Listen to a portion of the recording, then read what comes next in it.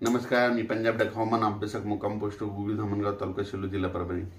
आज आहे 26 मे 2024। परत आज शेतकऱ्यासाठी अंदाज येत आहे। सुरुवातीला प्रथम मुंबईकराला उकाड्यापासून दिलासा भेटणार आहे, म्हणून ही खास मुंबईच्या लोकांसाठी खास करून आनंदाची बातमी। पुणेकरांना देखील उकाड्यापासून दिलासा भेटणार आहे, म्हणून पुणेकरांना देखील आनंदाची बातमी। नाशिकवाल्यांना देखील आनंदाची बातमी, कारण की राज्यामध्ये 1 ते 5 जून दरम्यान म्हणजे मुंबई, पुणे, नाशिक, कोकण पट्टी, पश्चिम महाराष्ट्र, दक्षिण महाराष्ट्र, मराठवाडा, उत्तर महाराष्ट्र या भागात 1 ते 5 जून दरम्यान जोरदार पाऊस पडणार आहे। काही ठिकाणी वडे नाले वाहतील असा पाऊस पडणार आहे, म्हणून त्यांच्यासाठी खास करून अंदाज देत आहे।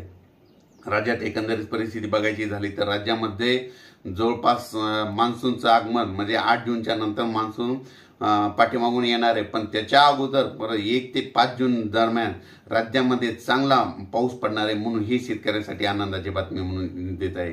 राज्यात पेरणी बघायचं झालं तर सुरुवातीला पाऊस जास्त म्हणजे सातारा, सांगली, सोलापूर, कोल्हापूर, उस्मानाबाद, लातूर, बीड, परभणी, नगर, संगमनेर, नाशिक, नंदुरबार, धुळे, जळगाव, संभाजीनगर, बीड, जालना, नांदेड, हिंगोली, यवतमाळ पर्यंत या भागामध्ये 1 ते 5 जून दरम्यान जोरदार पाऊस पडणार आहे, म्हणून हे अंदाज लक्षात घ्यायचा।